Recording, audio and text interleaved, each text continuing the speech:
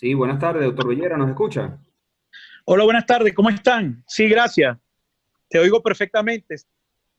Buenas tardes a todos. Muchas gracias por estar acá y gracias a Intervértebra y a Raime por ayudarme con la presentación porque, como saben, estoy fuera de Venezuela y bueno, vine para 11 días, ya pasé los 90 y vine sin computador, pues, y la idea de hoy es que compartamos experiencia y que haya un fuego cruzado de opiniones y de experiencias que nos enriquezcan a todos. Muchas gracias.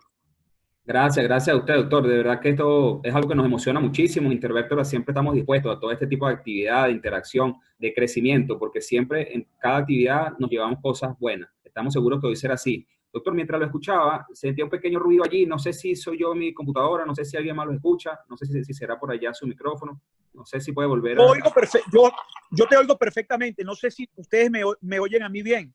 No sé quién más puede opinar como Rainer, si estás por ahí, ¿cómo lo escuchas tú?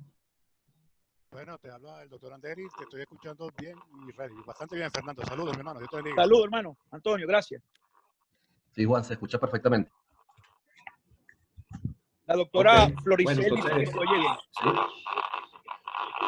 Ah, bueno, perfecto. Entonces debe ser algún detalle Bueno, técnico podemos mío dar allí. inicio. Sí, va a hacer la presentación del doctor. Para los que no conocen, el doctor Bellera es un doctor de acá de Venezuela. Se graduó de neurocirujano en Dame un la... segundito. ¿Cómo no, Dame un doctor? segundito que primero aquí un ruido. Ok. Estoy en una conferencia. ¿Van a tardar mucho ahí con eso? Ok. Sí, es que están taladrando aquí al lado, pero va a ser muy corto. ¿Me oyen perfecto? ¿O se oye el taladro? Se escucha, pero muy poco, doctor. Ok. Muy poco, muy poco. Podemos empezar entonces. Ok, perfecto, doctor. Como les mencionaba, el doctor Bellera hizo neurocirugía en la Universidad Central de Venezuela, un fellowship de cirugía espinal mínimamente invasiva en el Hospital Santa Rita en Brasil. Es secretario de Salud y Bienestar del Comité Comisionado Internacional de los Derechos Humanos en Ecuador y actualmente es vicepresidente de la Sociedad Venezolana de Neurocirugía. Este audífono son más malos. Activan cada rato unas funciones ahí y bloquean la pantalla. Pásame los otros blanquitos. Pero todos lo hacen lo mismo. No, pero no puede salir eso. No, pues no puede salir esto. ¿Se oye perfecto aquí?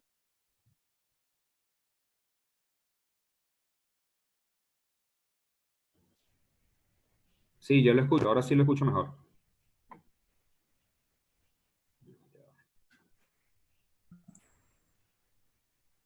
Estenosis medular cervical, no vamos a hablar de todas las causas de la estenosis medular cervical. Es la presentación de un caso de una patología que es poco frecuente y que nos va a servir pues para que pensemos en ella y la resolución es una acción particular de un profesional con la que pueden estar o no de acuerdo y la idea es poder discutirla hoy acá. Ya todos sabemos qué es la estenosis medular cervical. Si pensamos que el diámetro anteroposterior del canal en la región cervical está normal entre 16 y 18 milímetros, se establece pues que cuando disminuye por debajo de los 13 milímetros se considera que el canal está estenótico. Y las causas son variadas. Las que estamos más acostumbrados en la patología progresiva y crónica es la espondilosis cervical, pero no es de ella de la que vamos a hablar hoy, ni de la patología tumoral, ni de la patología traumática. Vamos a hablar de una patología que es poco frecuente, pero que se presenta en nuestra vida diaria. Próxima. Bueno, este es un caso clínico de una colega, una doctora de 58 años de edad, que llegó a nuestro centro con un déficit neurológico, una cuadriparesia, con un URIC 5, en silla de ruedas. Venía de un postoperatorio donde se intentó hacer una corpectomía y hubo alguna complicación que está relacionado con la patología que vamos a presentar. Se abortó el caso y la paciente que había llegado en ese momento con un URI 4 nos llega a la consulta en un postoperatorio de aproximadamente unos 40 días con un Nuric 5 en silla de ruedas con mucha limitación en las manos y nuestra presentación clínica. En este momento quiero oír las posibilidades. Vamos a tratar de que esto no sea un monólogo, sino que haya una diversidad de sugerencias. Vamos a abrir el compás para pensar, o si quieren alguna imagen o alguna característica que yo sé que van a solicitar, como un antecedente o algo, para ir abriendo el debate. Yo quisiera saber, pues, claro, ya les adelanté que no es la patología degenerativa, pero quisiera saber si alguno de ustedes se atreve a hacer una conjetura diagnóstica con nada más esto.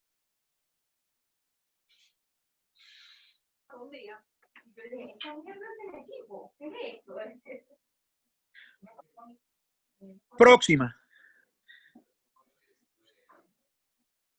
La condición más importante como antecedente que presenta ella es una enfermedad crónica inflamatoria.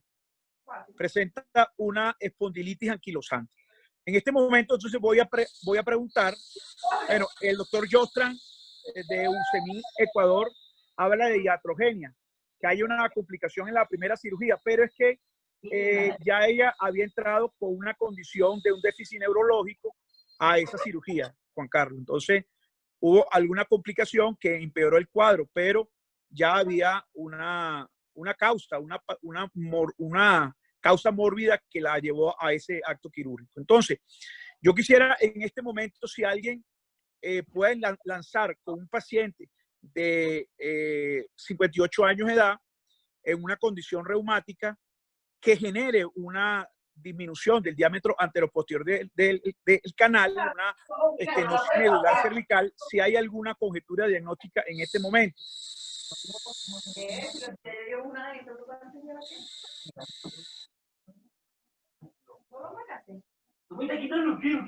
¿Aló?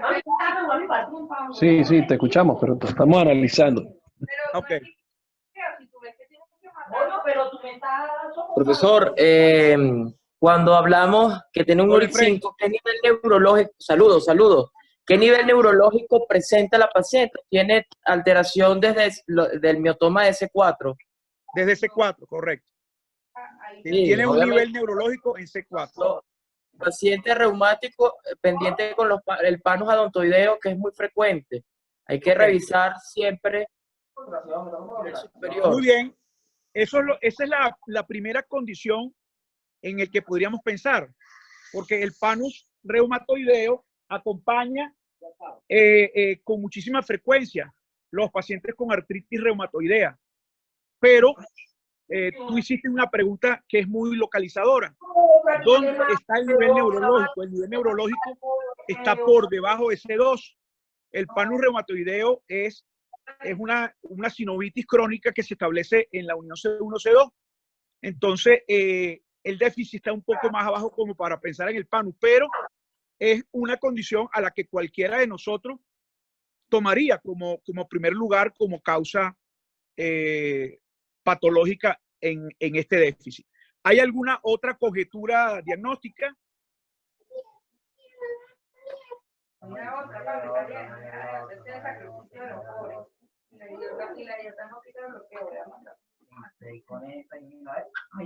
Bueno, entonces si no hay otra, vamos a pasar a la próxima diapositiva. Buenas tardes, Bellera. Hola, buenas tardes. ¿Quién habla? Bellera, te habla Ignacio Ramírez, neurocirugía de Barquisimeto. Hola, Ignacio, ¿cómo estás, hermano? ¿Cómo te va? Bien, bien. Espero que te encuentres bien, aunque estés confinado en otras latitudes. Bueno, gracias, Mira, gracias. Una pregunta. Aunque hablaste de que no estaba prácticamente el proceso degenerativo de espondilosis, ese paciente en ese nivel, aunado a su problema reumático, no tenía alguna discopatía que disminuyera aún más el canal y aparte de eso pudiera condicionar una mielomalacia o una sfingomielia a ese nivel. Bueno, es una posibilidad, claro, es una posibilidad porque a los 58 años las posibilidades de que un paciente tenga una espondilosis cervical es alta. Es probable que sea sumación de efecto con otra cosa que sí está directamente relacionada con la enfermedad reumática. Pero es valedero lo que tú estás diciendo. si estamos localizando en la columna cervical subaxial el problema por el déficit neurológico, pues esos son los segmentos que más se movilizan y son los que más se enferman. Es bastante válido lo que tú estás diciendo, Ignacio. Gracias. Ok. Fernando. Aló. Aló, Fernando. Ajá. ¿Me estás oyendo, Anderi? Hola, Antonio, cuéntame. ¿Cómo está todo? Bien, padrecito. Mira, te oigo lejos. Si puedes hablar más alto. Si me escuchas ahora. Te oigo igual de mal, pero bueno, pero sí se oye claro. Ok, mi inquietud es, ¿cuál fue el cuadro quirúrgico el cual fue llevado esta colega? Esa es una. Y segunda, la posibilidad de algún esa pregunta es como cuando uno le preguntan, ¿tú me amas? No, sí es una pregunta con una sola respuesta, entonces no te lo puedo decir. Lo que sí te puedo decir es que la primera cirugía fue enfocado a una cirugía descompresiva porque hay una compresión del canal. Sí, y fue una cirugía... ¿Por discopatía o por tumoración o por un hemangioma? Bueno, ya vas a ver con la próxima diapositiva, pero tu pregunta es muy válida también. Gracias, Antonio.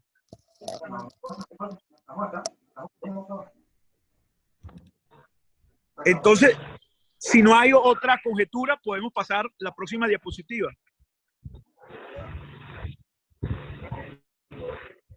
Ok, déjame agrandarla aquí. Entonces, aquí vemos un corte sagital en T2 de la columna cervical con una franca estenosis del canal 2, 3, 4, desde C4 exactamente hacia abajo. Ahora, pregunta. Esta estenosis que se ve aquí, si quieres pasa los próximos cortes para que vean los cortes axiales. ¿Ustedes creen? Hay una causa, o sea, es lo que llamamos un disco blando o un disco duro. Hay una condición acá que podamos diferenciar ya con la intensidad de la resonancia para hablar sobre la causa anatómica de la compresión. Si quieres, pase los próximos cortes. Aquí vemos que, perdón, ok, el anterior que era el corte axial de 4-5, vemos que hay una compresión importante, una disminución cercana al 40% del diámetro anteroposterior del canal. Por esa imagen de intensidad oscura que podría hablarnos sobre la naturaleza de la consistencia de la complicación. Gilfredo está bastante orientado, lo acabo de leer por acá. Pon el próximo corte, por favor. Vemos que C5-C6 también hay una compresión importante.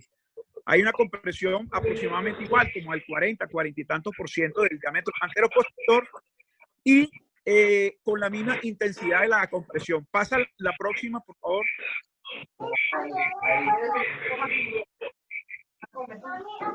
Próxima. Y C6-C7, donde hay una compresión de menor volumen, pero igual.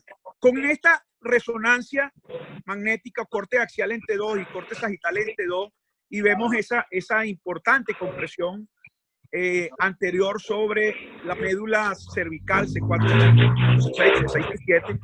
¿Ustedes podrían considerar que esta es una compresión por un disco blando o un disco duro?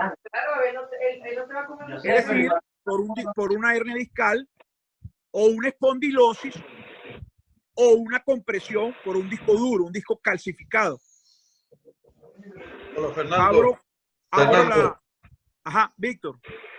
Hola, Fernando, otra vez hoy. Bueno, ¿cómo estás?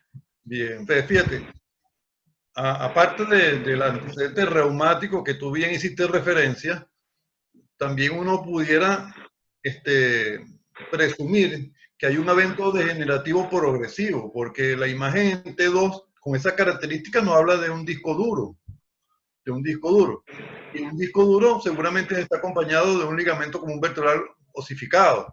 Entonces tenemos un canal cervical estrecho anterior. Correcto. Por un disco duro o un ligamento osificado. Estamos totalmente de acuerdo. Fíjate la intensidad, si tú logras ver las estructuras blandas de la columna posterior, la coloración que tienen, pues evidentemente estoy de acuerdo contigo de que se trata de algo que ya dejó de ser blando, es una compresión dura de estructuras cálcicas y bueno, podríamos regresar al corte sagital para ver si la compresión es segmentaria o la compresión se encuentra aún por debajo o por encima del nivel del disco. Por favor, si puedes regresar a la primera diapositiva de la resonancia. El doctor Ricaurte dice que no parece ser una compresión discal. Yo no sé si aquí, con lo que hemos hablado, alguien pudiera acotar algo acá. Si considera que estos son discos calcificados o hay algo más, según lo que propuso Víctor y según lo que piensen ustedes. Profesor, fíjate, yo veo... Disculpa, indiscutiblemente hay un componente degenerativo. Vemos que hay pérdida del balance en el eje sagital, hay una rectificación de la columna y quien preguntó primero que podía ser una asociación, bueno, sí hay cambios degenerativos, tiene 68 años, pero hay algo extremadamente preciso en el corte. Disculpa, Efren, cuéntanos. Sí, la imagen se ve como, o sea, es un engrosamiento del ligamento común vertebral posterior, que es frecuente en los pacientes reumáticos. Incluso ese engrosamiento ligamentario es lo que te da origen al panos odontoideo, es una de las causas que produce el panos odontoideo, que está ocurriendo mucho más abajo, que está ocurriendo en los niveles más móviles de la columna subaxial.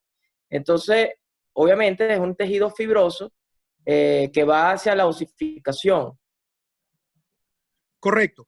Fíjate, por asociación más produce panus la artritis reumatoidea y más produce esta condición a la que ustedes le van a poner nombre, la espondilitis anquilosante.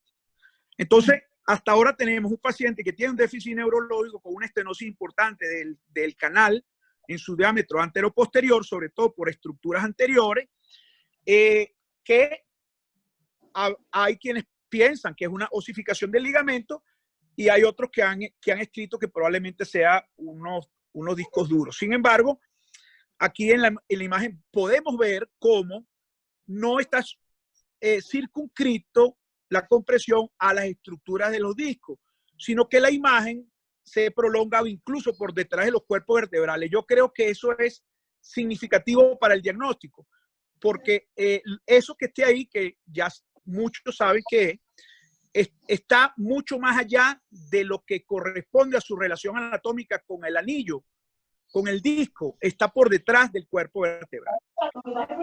Si quieren, entonces, ¿cuántos en este momento están de acuerdo de que esto es una compresión por un disco duro y cuántos piensan que todavía piensan que es solo espondilosis cervical o una asociación de las dos cosas? El doctor Rodulfo dice que un TAC ayudaría y es la próxima diapositiva. Lo que pasa es que lo voy llevando así como una novia bonita, quinceañera, poco a poco. Yo sabía, vale. Entonces, en este momento vemos en la tomografía lo que pensamos que podría ocurrir.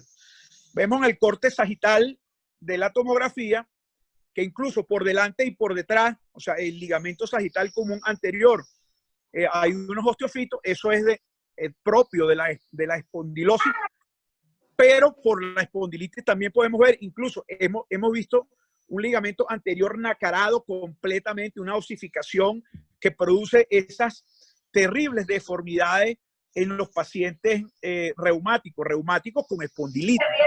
Entonces, con esta imagen, ¿cuántos de los que están detrás de mi teléfono piensan que estamos tratando un caso de espondilosis o un caso mixto o un caso de una osificación del ligamento sagital común posterior? No, yo pienso que, disculpe, doctor Fernando, saludos, es un caso mixto.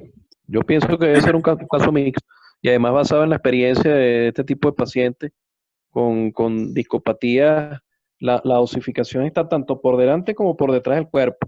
Pero dentro del disco uno tiende a conseguir un disco blando también. Entonces es un caso mixto. Claro, bueno, yo no te quitaría razón, hay características para pensar que hay una condición mixta, pero indiscutiblemente tú piensas que lo que genera la compresión es por la espondilosis o es por la calcificación del ligamento. Oye, ambas. Por las dos. Sí, hay espondilosis y el ligamento claramente está calcificado. Está calcificado. Ok, vamos a pasar a los cortes axiales. Vean cómo... Fernando. Dime, Víctor. Fíjate, Fernando, o sea, es que, fíjate, la situación es compleja porque no podemos ser absolutistas aquí con este caso. Fíjate, claro. Si uno piensa en un proceso degenerativo y hablamos de un proceso de inestabilidad adquirida, entonces, correcto, la inestabilidad te produce la osificación del ligamento común vertebral posterior. El solo hecho de tener inestabilidad. Ese proceso de inestabilidad continua produce una calcificación con una respuesta fisiológica al evento patológico. Y a la vez va a producir un canal estrecho. Entonces, uno pudiera decir que es un canal estrecho tipo C y nadie pudiera decir que no.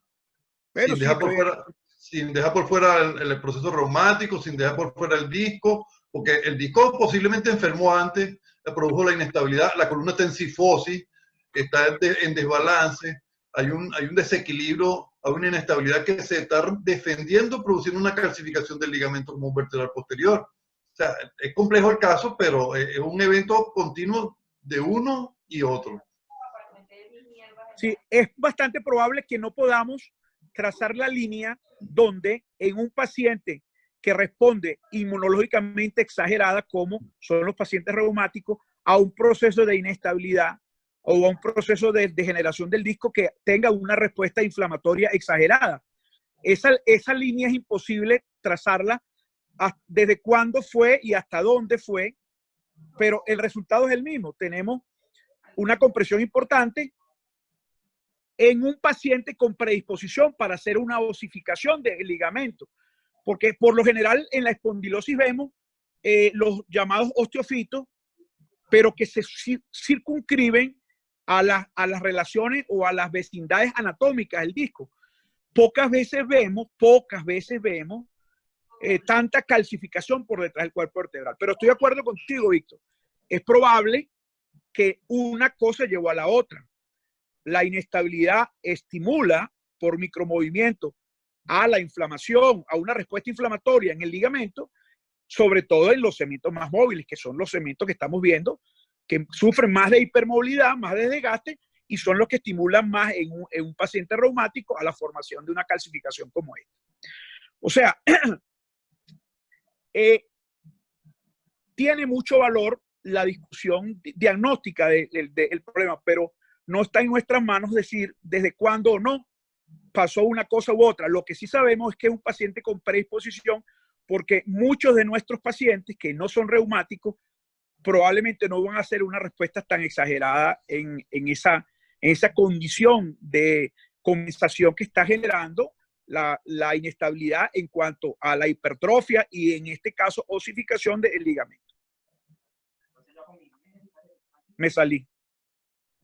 Ahora sí. Si quiere, vamos a pasar los próximos cortes para que son muy ilustrativos. Doctor Fernando, perdón, aquí hay un comentario del doctor José Manuel, lo voy a leer.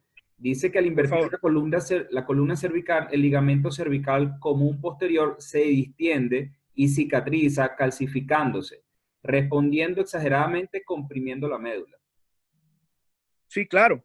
Lo que pasa es que hay dos cosas aquí. Él tiene certeza en lo que está diciendo, pero es que al desbalancearse en cifosis, también está haciendo por desbalance natural de la columna cervical, está haciendo una compresión.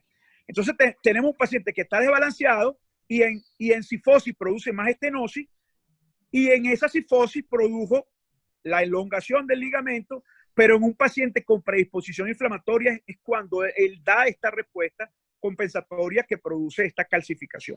Yo no sé si estamos todos de acuerdo en esto, que como también dijo Víctor y como dijeron antes, hay un componente mixto, bueno, porque la angulación produce más inestabilidad y la angulación produce más estenosis.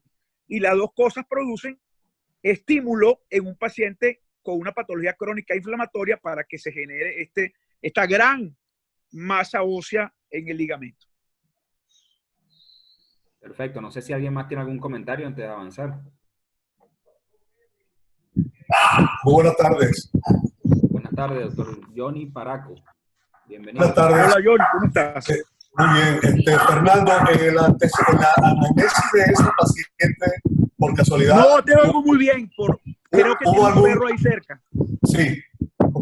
¿Hubo algún antecedente traumático de esa paciente? ¿Algún movimiento de aceleración, desaceleración de esa columna en vista de que existe una calcificación evidente y hay alteraciones biomecánicas, como dijo Víctor, de la columna? Independientemente de la reumática. Sí, no hubo un antecedente como para pensar en un whiplash que haya desencadenado todo esto. No hubo. Él es una paciente que lamentablemente su tratamiento se descompensó porque estaba con productos biológicos y en el país escasearon y quedó sin tratamiento reumático desde hace unos 5 años antes del proceso, por lo menos de la aparición de las manifestaciones clínicas. Pero no hay un antecedente traumático claro como para relacionarlo en esa inestabilidad o en esa génesis de lo que comenzó desde ese momento teórico hasta el momento del día de su resolución quirúrgica. Gracias.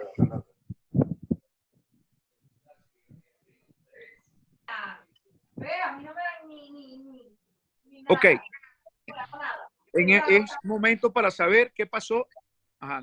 No se puede leer toda la pregunta. Alguien que preguntó por escrito. Vamos a pasar a los cortes axiales, por favor. Si quieres, Reimer, tú que si puedes leer todos los comentarios, puedes hacerlos públicos, por favor.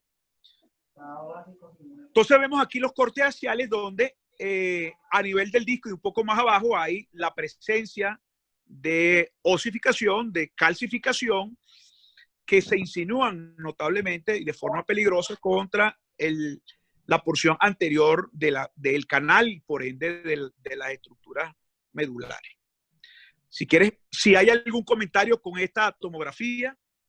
Sí, doctor. Bueno, sí, el comentario que estaba aquí, permiso, del doctor Ricaurte Hernández, dice que es momento para saber qué pasó con esa cirugía y qué tenían planteado hacer, pregunta el doctor Hernández. Bueno, tenían planteado hacer una corpectomía y una sustitución por una cesta. No colocamos esa foto porque no colaboran con la discusión del caso. Hubo una complicación y la cesta no llegó hasta las vecindades de la compresión. Pero hubo probablemente una complicación de la que vamos a hablar ahora más tarde,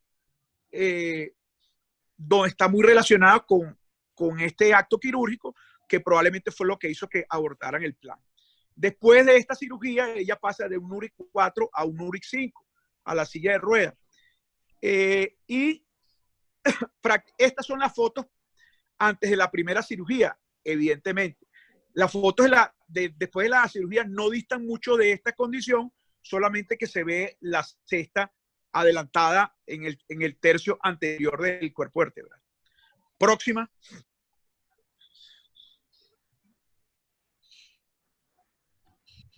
Ok, entonces, no sé si hay alguna interrogante, algo que colabore con el diagnóstico antes de pasar con la conducta terapéutica. O sea, si hay alguna duda o alguna sugerencia en cuanto, si ustedes creen que hay algo claro y si tiene alguna importancia saber, sobre todo para nutrir la conversación, si hay algún factor adicional, si fue la suspensión del medicamento de base para el tratamiento, si fue la angulación por la espondilosis o todo junto lo que llevó al cuadro.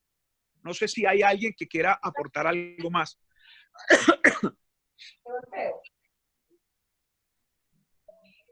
Bueno, profesor, se le realizó una densitometría ósea. Pregunta Gilfredo. Gilfredo, se le realizó, pero su resultado fue osteopenia, no hubo ningún dato adicional. Tomaba esteroides. Bueno, tomó esteroides antes de comenzar con los biológicos. Sin embargo, se los retiraron porque hizo una neuropatía periférica con los esteroides y en asociación con otro fármaco. Entonces quedó solamente con los biológicos y cuando en el país la crisis dificultó la adquisición de los medicamentos, quedó sin ningún medio, sino solamente con tratamiento con AINES para la situación dolorosa y con pregabalina como neuromodulador, etcétera.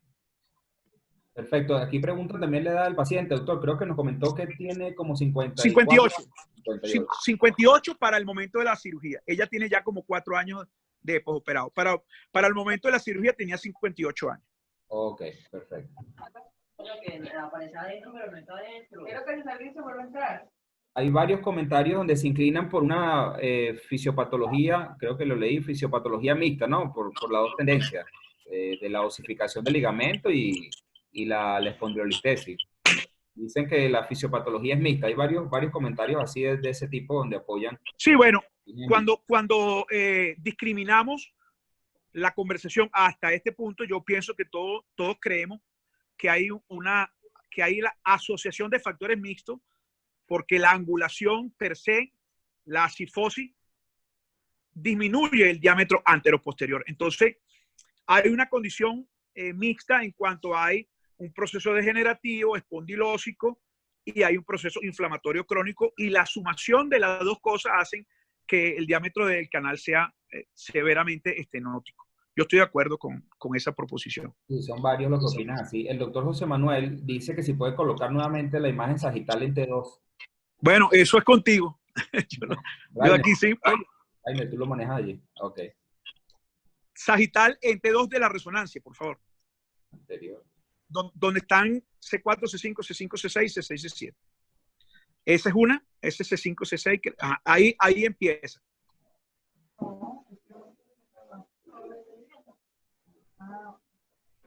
El doctor Ricaute Hernández dice que con enfermedad de base no controlada, los resultados siempre serán subóptimos. Es correcto, estoy de acuerdo con él. Sí. O sea, no estamos hablando ahorita de los resultados postoperatorios, estamos en la causa, pero estoy totalmente de acuerdo. Y lo vamos a hablar en el postoperatorio, cómo está el paciente, qué ha pasado con el paciente. Pero estoy totalmente de acuerdo, porque si tú no tratas la condición de base, el dolor seguirá, la inflamación seguirá, la condición si afecta también otras articulaciones que se asocian al problema, la neuropatía que se asocia también a la anquilosis. Todas esas cosas estamos de acuerdo que harán que los resultados postoperatorios no sean los esperados si llegase a tener el tratamiento óptimo. Yo estoy de acuerdo. Perfecto. No estoy claro si el paciente fue operada, dice Ricardo Hernández. Ok, voy a recapitular. Estos estudios son preoperatorios. A esta paciente, antes que llegara a nuestro equipo, se le intentó una cirugía que las imágenes no las quise presentar, pero son las mismas, salvo con una caja un poco anteriorizada, con una cesta de sustitución de corpectomía, con una corpectomía parcial anteriorizada. No se llegó al canal. Entonces, estamos presentando el caso con las preoperatorias. Pero la paciente, pues, tiene una resolución quirúrgica que la van a ver ahora. Profesor, ¿me escuchas? Dime, Efren, dímelo. Doctor, sin duda, caso excelente. Sin embargo, yo acotaría la importancia de la radiología. La radiología también nos va a dar mucha información. Y nos ¿Qué esperarías tú ver encontrar? ¿Qué aspecto, qué recursos piensas tú que te daría la radiología para definir la conducta terapéutica? O sea, ¿qué esperas tú encontrar? No. Sino que inicialmente, estamos hablando que es una paciente aquí en Venezuela, a veces cuando nos llega a la consulta, antes de solicitar una resonancia o una tomografía y esperar más tiempo que el paciente reúna para hacerse el estudio, A veces con una radiología esta paciente podíamos haber visto la osificación, el desbalance, todo con una simple radiología. No le estoy restando importancia a los otros estudios y considero que obviamente con lo que tenemos podemos sacarlo sin la radios X simple. Solamente quiero hacer notar la importancia de un estudio que es mucho más económico y que también nos puede aportar muchísima información. Es como un aporte. Sí, estoy de acuerdo contigo. Es muy evidente la osificación que se observa en la rayo X simple, incluso en el ligamento anterior y en el ligamento posterior. Hay un detalle que quiero que pongas, por favor, el corte sagital de la tomografía. Yo quisiera para decir hablar de algo que lo evidencié, pero que cualquier persona podría decir, por ejemplo, ahí, por ejemplo, doctor Bellera, ese paciente tuvo un trauma. Y yo quiero que ustedes, si piensan igual que esa persona, me lo digan por qué.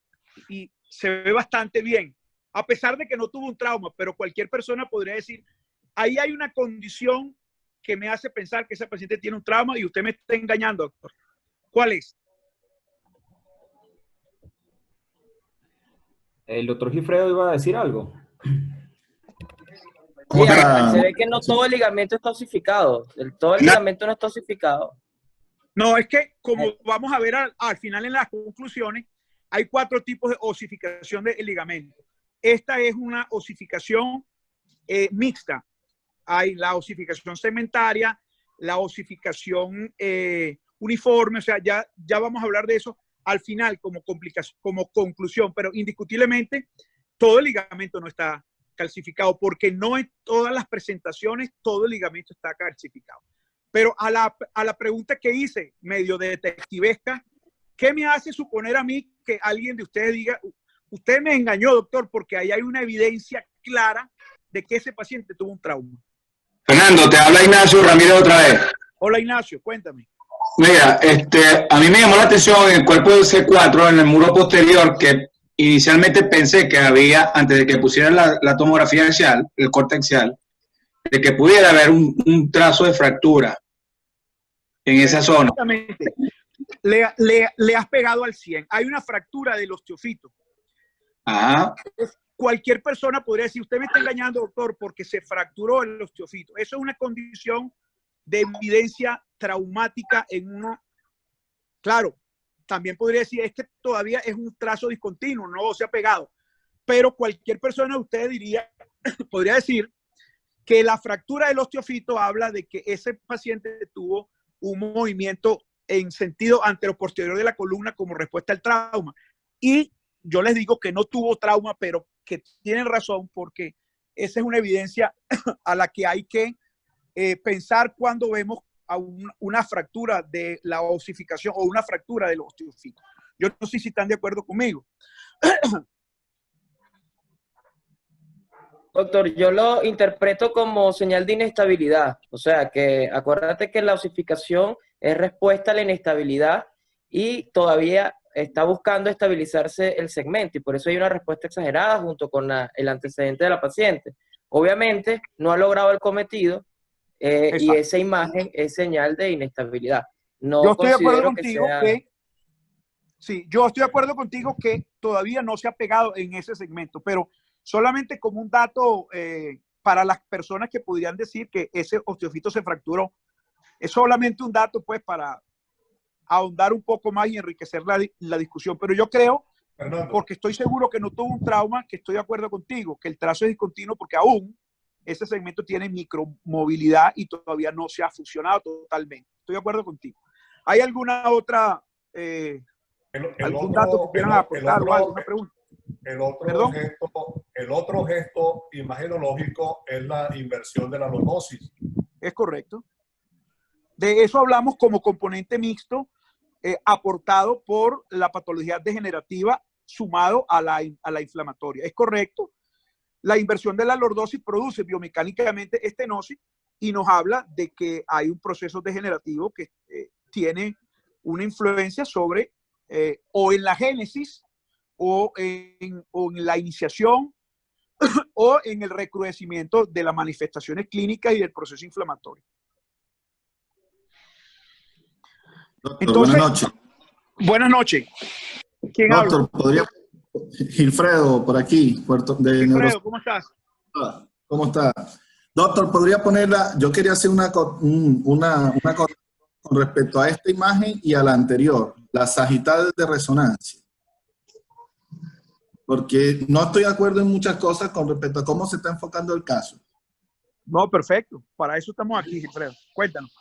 Vea, a mí me parece, ok, yo estoy de acuerdo que es una osificación del ligamento longitudinal posterior y anterior, y en esta imagen hubiese pedido la tomografía. Hay una imagen un poquito engañosa, y para eso estaría de acuerdo con Efraín, de pedir unas X dinámicas en flexión y en extensión, para ver si en verdad esa columna está muy sifótica, porque yo la veo más bien rectificada y el ligamento longitudinal posterior hace un efecto como si se fuera en pérdida de la lordosis. Inclusive en la tomografía que viene a continuación se ve más sifótica. Pero me parece... Ok, yo a tu solicitud voy a lanzar una pregunta a la gente. ¿Quiénes de ustedes en un paciente con un URIC 5, con una estenosis marcada, se atrevería a hacerle una rayo X dinámica?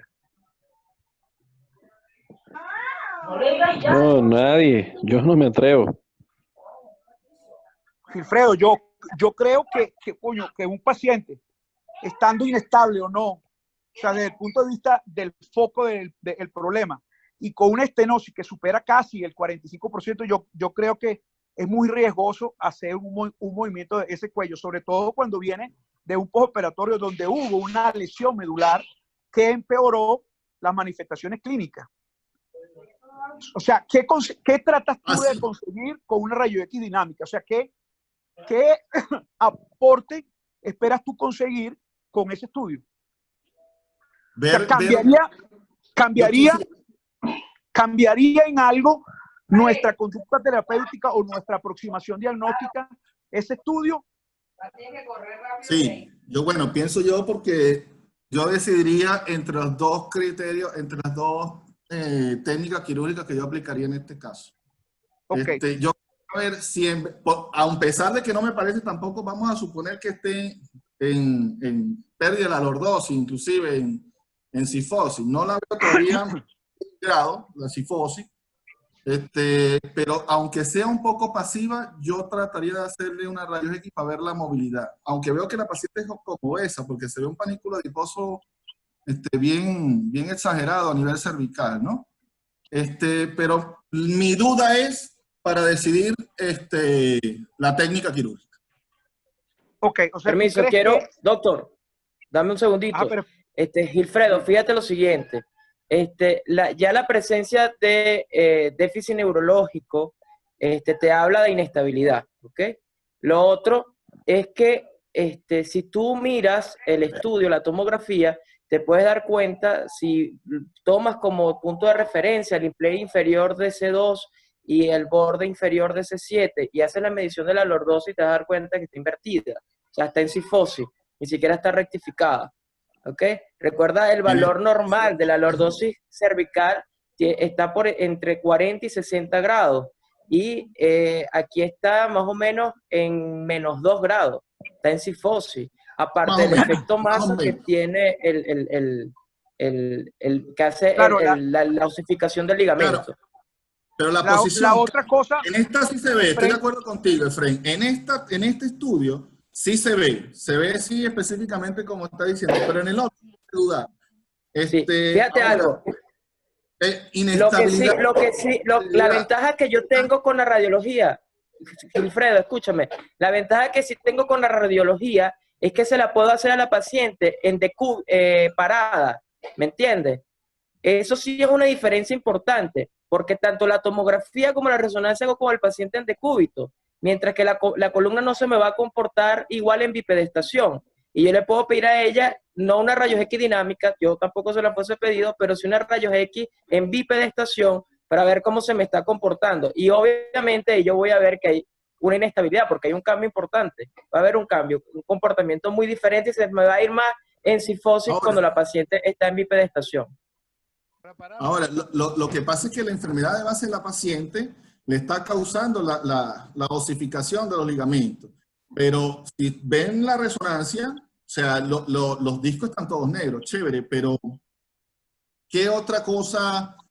O sea, los discos no están disminuidos de tamaño, los discos no se ven cambios móviles, solamente la osificación. O sea, su enfermedad de base produjo la espondilitis, la anquilosis, pues.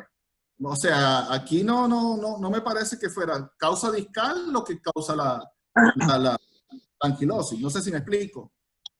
Ya eso lo dijo antes. ¿No? Fíjate, hay una acotación aquí y voy a hacer un punto de lo que dijo Efrén, y quiero dejar claro, no toda estenosis en el grado final de la estenosis, porque hay columnas rígidas fijas que no son inestables.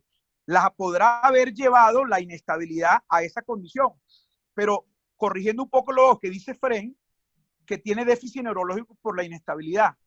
No todo déficit, o sea, no toda compresión se debe a una inestabilidad en el momento actual del déficit. Ojo, tú puedes tener una inestabilidad que generó una estenosis, pero que se osificó y quedó rígida, y ya no se considera inestable. Lo que tiene es una estenosis, ¿ok? Entonces, eso creo que para responder a algo que escribieron por acá. Entonces, bueno, a lo de la rayos X, que insiste Efrén con la rayos X. Yo te pregunto, Efrén, en la rayos X tienes tres posibilidades, porque es una rayos X estática de pie que estás haciendo. Que la columna esté lordótica, que ya sabemos que es imposible. Que la columna esté rectificada o que la columna esté sifótica. ¿Eso cambia tu conducta terapéutica? Es una pregunta. Sí, doctor, sí te cambia la conducta. Cuando tú tienes osificación del ligamento Bueno, como un vertebral posterior en cifosis. Aló. Precisamente, te voy a dar las tres opciones. Tiene columna lordótica con esta disminución del diámetro anteroposterior. ¿Qué le ofrece? Lordótica. Caso Me 1. puedo ir con una vía posterior. Ok, Estoy de acuerdo contigo que el precepto fundamental para hacer una vía posterior es la conservación de la lordosis. Pero tiene 58 años y tiene una compresión anterior de más del 45%. Te paso al 2. Tienes una columna rectificada. ¿Qué haces? Puedo justificar o una vía anterior o una vía posterior. Bueno, te paso estoy hablando de lo que 3. dicen los libros, pues. Claro, te paso al 3. La columna está sifótica. Vía anterior. Entonces pasamos a la conducta terapéutica. Si quieres, pasa a la diapositiva de la conducta terapéutica para abrir el compás. Y estoy de acuerdo contigo en 2 menos en una, Efrén, pero estoy de acuerdo contigo. Yo hablo por el volumen de la compresión. Pasamos a la conducta terapéutica. Entonces, ¿qué opinan ustedes con este paciente? Basado en las tres premisas de la rayos X, si se hicieron o no. Una, el paciente está lordótico. 2, está rectificado. 3, está sifótico. O no le hicimos rayos X o se perdieron y tenemos esta condición. Vamos a abrir el compás. ¿Qué hacemos con este paciente? ¿Quiénes hacen vía posterior solamente? Doctor, disculpe, quería leer un comentario donde están respondiendo su pregunta en cuanto a qué hacer. El doctor Redmi Douglas dice, mejorar la estenosis es allí donde debe estar enfocado el tratamiento. La cifosis tendrá ya tiempo instaurada. Ok, mejorar la estenosis es descompresión. Eso se puede hacer por delante y por detrás. Estoy totalmente de acuerdo con él. La acotación es muy válida. Mejorar la compresión es la descompresión. Mejorar la estenosis es la descompresión. La pregunta es, ¿por qué vía? ¿Qué hacemos entonces? ¿Quiénes están de acuerdo con vía posterior? Aquí hay tres opciones. Vamos a ponerlo más claro. Por detrás, por delante o por los dos lados. ¿Ok? Entonces, vamos a oír la sugerencia de cada uno. ¿Quiénes irían por detrás solo? Un paciente de 58 años de edad con las rayos X que se perdieron o con las rayos X que le pidió Efraín, pero que ya sabemos que no está lordótica. Entonces, ¿quiénes van por detrás con un paciente de 58 años de edad con una calcificación dura, o sea, con una compresión dura, con 45% de estenosis al canal? ¿Quiénes van por detrás? Bueno, doctor, disculpe, aquí la doctora Floricelda Rubio dice que ella haría una corpectomía de 2 niveles. Entiendo que en este nivel la corpectomía tendría que ser por vía anterior. Es correcto, eso es una vía anterior. Okay. Entonces, Fernando. hay alguien que vota por la vía anterior. Fernando, Ajá, dime. fíjate, es que, o sea, hay tanta razón en cada una de las personas que ha intervenido. Claro, no estoy de acuerdo, completo. Un problema, aunque tengamos un paciente reumático, insisto, hay una enfermedad del disco, y la enfermedad del disco condujo a la cifosis de la columna cervical. Correcto. Pero tenemos una estenosis también, y la estenosis de este paciente es una estenosis anterior, no es una estenosis posterior. Correcto. Entonces tenemos una estenosis anterior en un paciente que está en cifosis. Entonces tú la cifosis, claro, te vas a inclinar porque lo que se comprime por delante se descomprime por delante. No solo eso. Está radical, doctor Fernando. Fíjate, en una estenosis anterior, y tú puedes hacer una corpectomía a 2 niveles y corregir la estenosis, no hay duda en eso. Pero las correcciones anteriores no son la mejor vía para la corrección de la cifosis. Estamos de acuerdo. Entonces, la cirugía anterior te va a dar altura, te va a dar descompresión, pero no te va a dar corrección de la deformidad. Entonces, este paciente necesita una descompresión anterior, pero tú le puedes asociar una vía posterior para corregir la cifosis, también la cifosis. O sea, que es un paciente candidato para una doble vía. Una vía anterior y una posterior. Por eso, Víctor vota por doble vía. ¿Quién más vota por doble vía? El problema es que se perdieron las imágenes, entonces no sabemos si le podemos hacer, inclusive ofrecerle vía anterior, como bien dice el doctor Dávila y Efraín, o la minoplastia. Por ejemplo, la minoplastia no puede, no tiene contraindicaciones para la minoplastia. O vía posterior. Tiene pérdida de la lordosis. Exacto, bueno, en el ejemplo. Tomando en cuenta que esta Fernando. Fernando, estoy haciendo un ejemplo. Tomando en cuenta que esta es una paciente de tercera edad, en los abordajes por vía posterior y teniendo en cuenta esta inversión de la lordosis, pudiese, desde el punto de vista mecánico, ser una cirugía más agresiva y aumentar más la inversión. Lógico, tenemos una situación compresiva radicular. Ahí estoy de acuerdo con Víctor, evaluar la posibilidad de explorar las 2 vías para descomprimir esa zona a nivel de forámenes que está provocando ese trastorno parestésico en la paciente. Pero diera la impresión que por acercarse a ese grupo etario, la vía posterior como que tuviese más tendencia a la situación de la inversión de la lordosis. O sea que tú votas por vía posterior sola. Yo voto por vía anterior. Pero eventualmente pudiésemos evaluar la vía posterior para coadyuvar en la situación de compresión. O sea, hasta ahora solamente Víctor Dávila habla de un abordaje circunferencial. Hay quienes hablan de vía anterior y quienes hablan de vía posterior, ¿cierto? Profesor. César Lobo también dice doble vía. Profesor, yo también voto por una doble vía.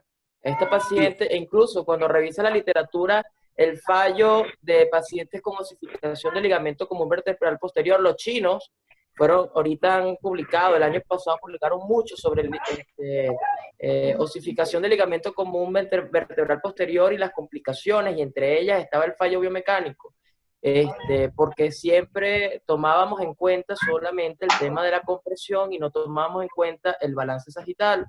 Ellos recomiendan, y es por la que yo voto igual, por la vía 360, primero una cirugía por vía anterior para hacer la corpectomía y descompresión de la porción anterior, y una vía posterior para corregir el balance sagital. Efraín, Para esta decisión del doble abordaje, ¿necesitaste la rayos X de pie? Doctor, ve, la rayos X es para agregar, que es un estudio que nos podía, mucho más económico que la tomografía y la resonancia, y que de forma inicial nos fuese dado mucha información. Sin embargo, como te dije, bueno, y haciéndole una salvedad a Gilfredo, de que, bueno, realmente la ventaja, otra ventaja que iba a tener es que la podía tener de pie y ver un poco más la cifosis que realmente tiene la paciente. Sin embargo, con los estudios que tenemos de tomografía y resonancia, tengo la información que necesito para tomar esta conducta. Estoy de acuerdo contigo. Estoy de acuerdo contigo. ¿Hay alguna otra sugerencia de vía posterior o vía anterior sola o doble abordaje? He leído que Efraín Dávila, David Gerardo habla de 360, Lobo también dijo 360. Hay varias personas que como bien dijo Víctor, la remodelación de la lordosis es poco como meta final cuando hace una corpectomía y de muchos niveles, es difícil conseguir algo más que una rectificación de la columna. Incluso en las cestas que ya casi no tenemos en el país, que son las mejores, las modulables, que tú podrías mejorar un poco el perfil de la construcción. Hay algo que es importante para los que dijeron abordaje anterior. ¿Corpectomía de cuántos segmentos? Es la pregunta.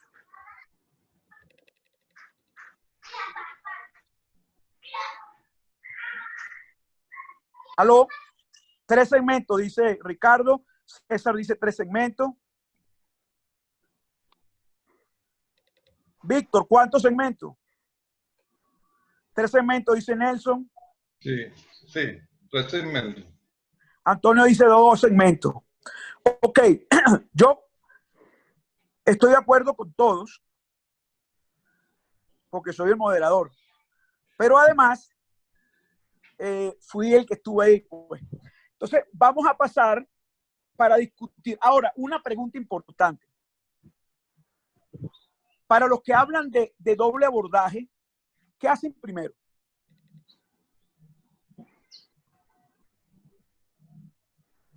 ¿Qué abordaje hacen primero? Anterior, Doctor, primero, dice César Lobo. Anterior, vía anterior, primero anterior. Efren dice anterior. Nayib, Ana dice posterior. Ok. Vamos a pasar la próxima. Anterior, dice Gilfredo. Hay un número aquí que no sé quién es, que dice anterior. Remigio Douglas dice para todos vía anterior 2 segmentos, dice Remigio. Rodolfo, solo vía posterior haría. Ok.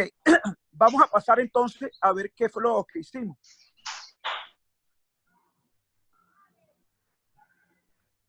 Próxima diapositiva. Ok. Hicimos un doble abordaje. Ahora, ¿qué hicimos primero? Y tengo la explicación de por qué. Es un paciente que venía con por lo menos un trauma medular con menos de 40 días antes. En la resonancia postoperatoria, que no la tengo aquí por ética, había una lesión de la dura madre. Oye, no se escucha una maldad. ¿No se oye? ¿Se oye? Sí se escucha, doctor, yo lo escucho.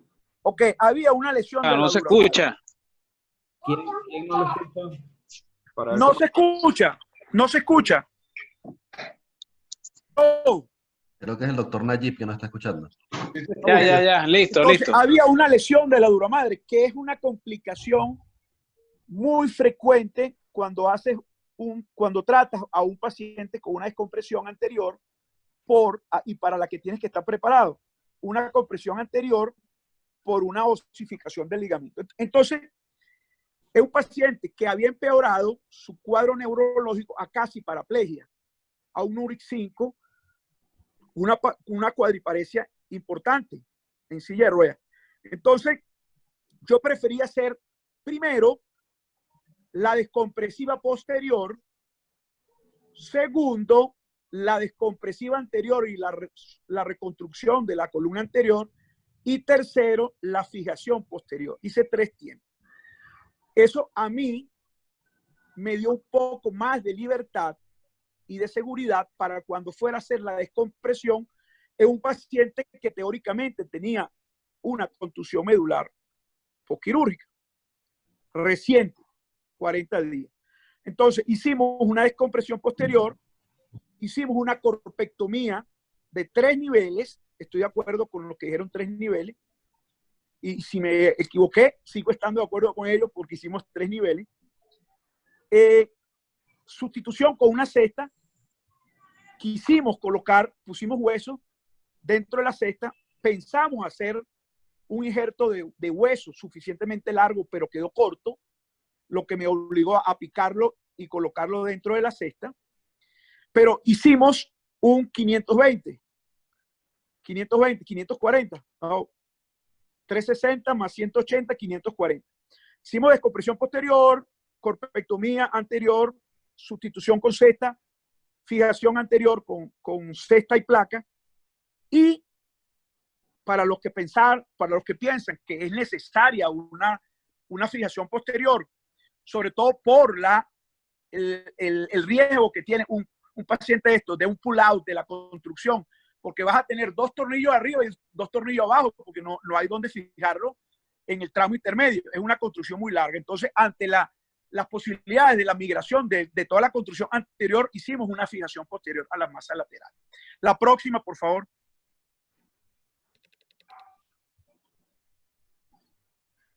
Entonces vemos como la descompresión fue bastante eficiente, se rompió la dura madre, hubo una fístula de líquido, se manejó con un parche y no hubo ningún problema. Pasa la próxima, por favor. Vemos cómo la descompresión de la médula fue bastante aceptable, eficiente. Pasa la próxima, por favor. Vean cómo la cesta se dibuja ahí.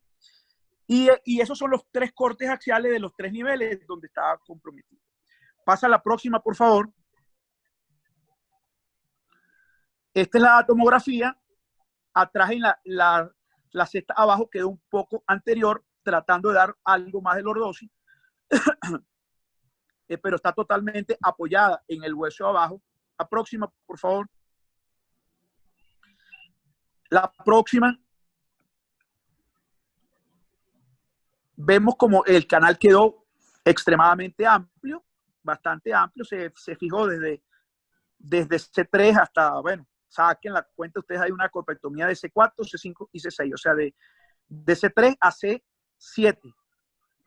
La próxima, por favor. La próxima, por favor. Entonces, bueno, esto fue lo que se hizo.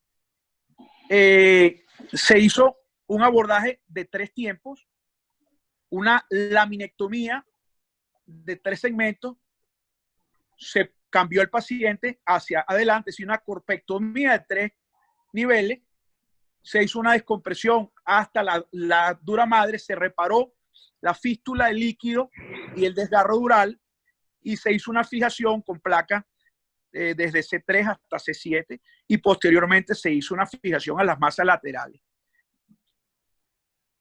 Paro aquí entonces para las discusiones. Viendo el resultado de la descompresión, ¿quiénes opinan todavía que se hubiese podido hacer una descompresión más efectiva que esta solamente con vía posterior y se haya podido conseguir algo mejor que una rectificación por la cesta haciendo solamente una vía posterior? Todavía defienden que ha podido quedar con una mejor descompresión y con una mejor alineación, a pesar de estar rectificada por la cesta, por algo que dijo Víctor antes, y tiene total razón, de que las corpectomías largas se perdió la imagen de la... Ya la vamos a conectar de nuevo, doctor. Es que había unas rayas. Entonces, ¿quiénes piensan que solamente con una vía posterior hubiese sido mejor los resultados que lo que obtuvimos con esta paciente? Y disculpen que que mete el puñal, pero es la labor del monitor, del moderador.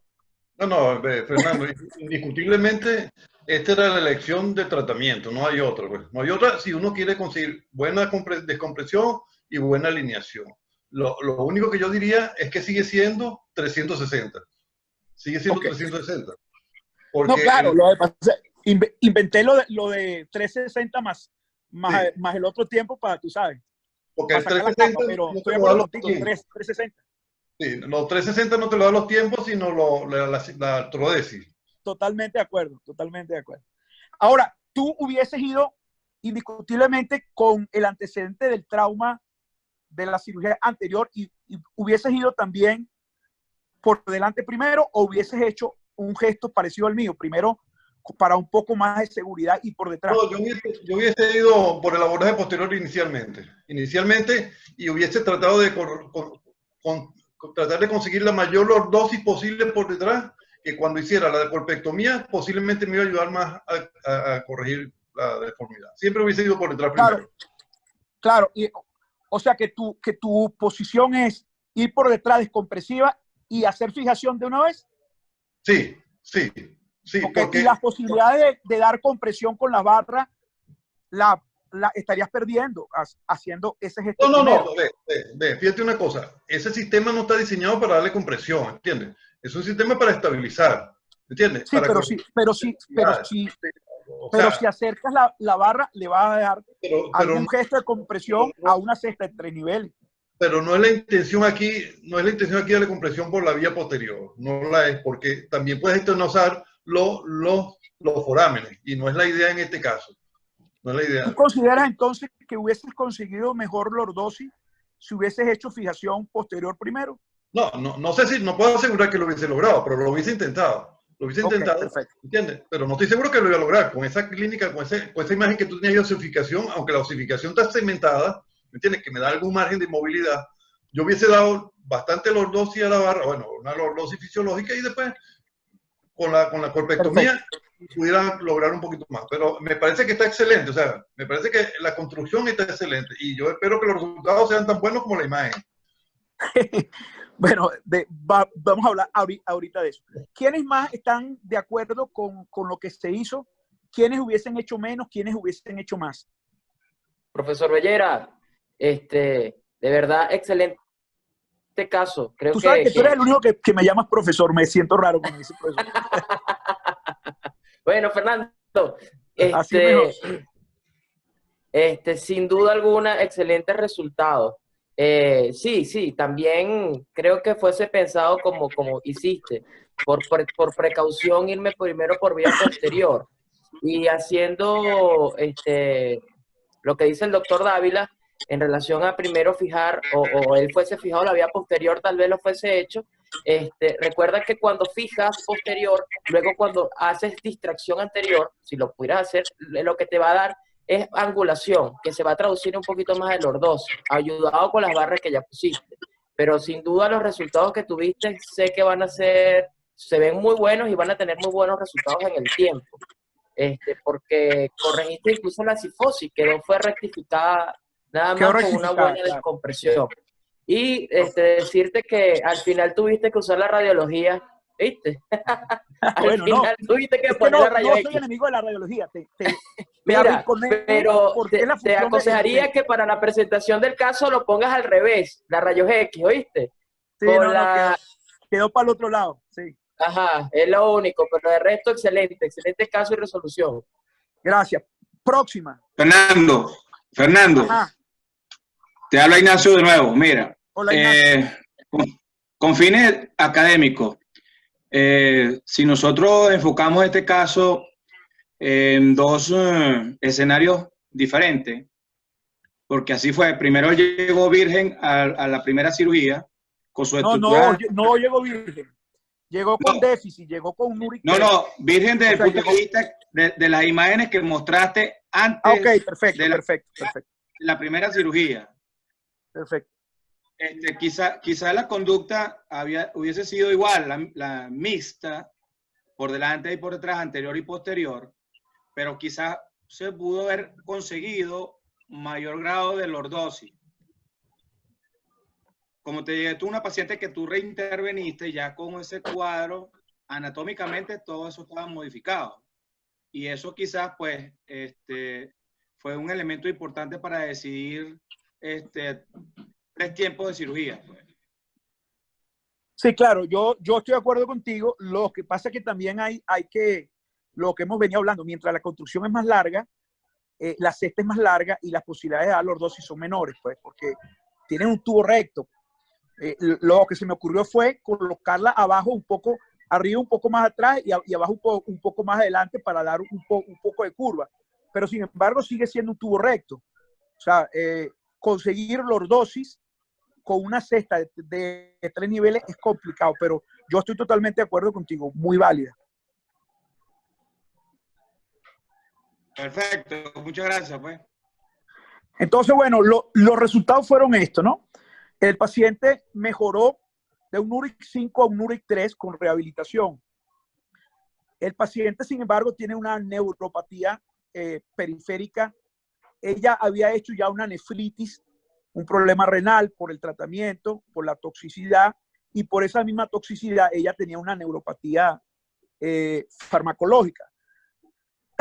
Ahorita está sin medicación reumática, ya puede escribir, incluso se reactivó a sus labores médicas, escribe aprendió con la mano izquierda primero porque salió con déficit de la primera cirugía, mucho más de la mano derecha. Aprendió a escribir con la mano izquierda y ahora lo hace con las 2 manos. Tiene movimientos finos en las 2 manos. Camina con bastón, o sea, pasó a un URIC 3, pero bueno, su calidad de vida, como alguien dijo, pues por la inexistencia de los recursos farmacológicos para su tratamiento óptimo, la paciente tiene dolor poliarticular, tiene una neuropatía y tiene una nefritis. La próxima diapositiva para las conclusiones. Bueno, entonces se trata de una entidad mixta donde la osificación se encuentra por detrás del cuerpo vertebral y del disco. Para evitar un daño mayor durante la cirugía se decidió una descompresión posterior en un primer tiempo, una laminectomía. En el mismo acto quirúrgico se realiza un abordaje anterior para corpectomía de 3 niveles, colocación de cesta y lo que les dije. El paciente vuelve a caminar en el postoperatorio inmediato. Sin embargo, el manejo de su enfermedad de base y la escasez de medicamentos biológicos en nuestra realidad ha hecho difícil la optimización de su calidad de vida. Próxima. Los procesos inflamatorios crónicos que producen osificación son una causa menos frecuente de estenosis medular cervical subaxial. Es decir, la calcificación del ligamento, aunque la causa más frecuente de la compresión inflamatoria, lo que habíamos dicho, es el panum reumatoideo. La osificación puede ser causada por trastornos metabólicos como diabetes mellitus, alteración del metabolismo del calcio, etc., pero es mucho más frecuente en patología reumática. Próxima. Próxima. Y bueno, aquí está la clasificación de los 4 tipos de la forma de presentación. La continua, que es la que ustedes ven que es como un tubo, la columna se osifica por delante y por detrás. La segmentaria, donde solamente ocupa los discos. Esta mixta, como vemos, que engloba el disco y el cuerpo vertebral, y la circunscrita, que lo hace en formas de anillos por delante y por detrás. Bueno, yo espero que esta discusión haya sido del agrado de ustedes, del enriquecimiento del compartir científico. Yo le agradezco mucho a todos los que participaron, le agradezco a Intervértebra por darme la oportunidad y por ayudarme, por estar en la distancia para hacer esta contribución científica. Muchas gracias. Siempre la orden, doctor. No sé si hay alguna pregunta.